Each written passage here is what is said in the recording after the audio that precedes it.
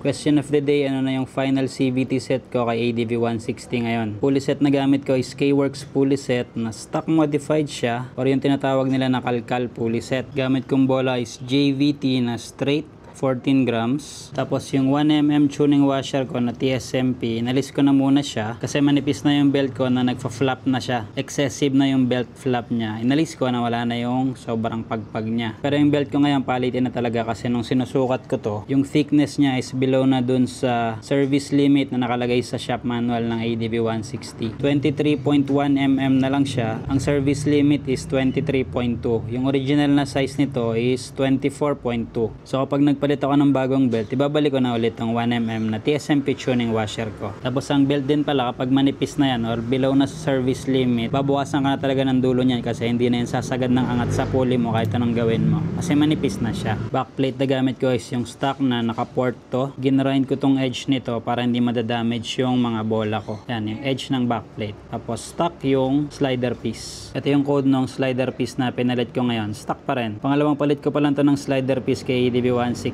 Tapos ang mileage na ADV is 33,000 or 34,000 na nga yata ngayon. Makunat kasi itong slider piece na to. Matagal siyang lumuwag. Maganda yung pagkakatimpla ng materials ni Honda dito sa mga 160 na slider piece. Pwede nyo gamitin to sa mga 125 na click, 150, 150 na air blade, PCX, tsaka ADV na 150. Pasok siya. Mas matibay, mas makunat na slider piece. Mas matagal lumuwag. Tapos torque drive ko is stock lang yung gamit ko. Stock torque drive.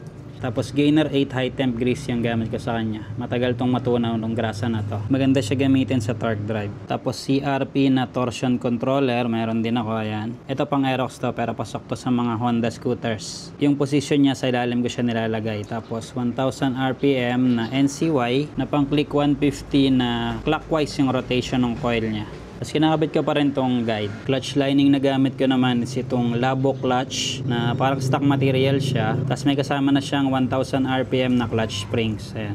Mas makapal tong clutch lining na to compared sa stock natin. Stock yung housing na gamit ko. Tsaka ito, stock yung plate, tsaka yung mga circlip na yan. Stock. Makapal pa rin siya. Medyo matagal ko na rin ginagamit to. Tapos last sa CVT is itong stock bell ng ADV 160 na speed tuner, fine thread groove.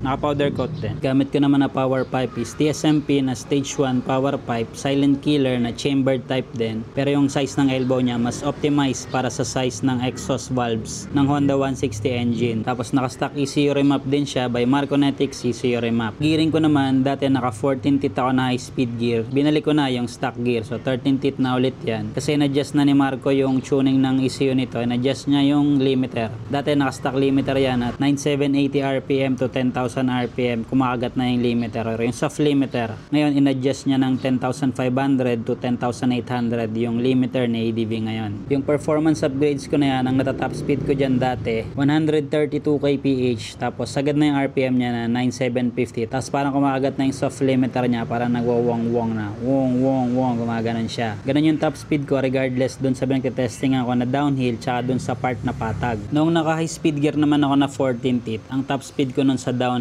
is 140 kph tapos 9750 rpm. Pero pagdating sa patag, 132 lang yung top speed ko tapos 95 rpm lang siya. Hindi ko na siya mapalagpas doon. Ngayon hindi ko pa natetesting ulit itong stock ECU remap na in-adjust na ni Marco yung RPM limiter niya sa stock gear. Siguro try ko yon kapag nagpalit na ako ng bagong belt kasi manipis na tong belt na to kaya hindi na to dudulo talaga ng sagad. Unlike kapag bago yung belt na gamit ko. Ayun yung setup ko ngayon sa performance upgrades na ADV 160.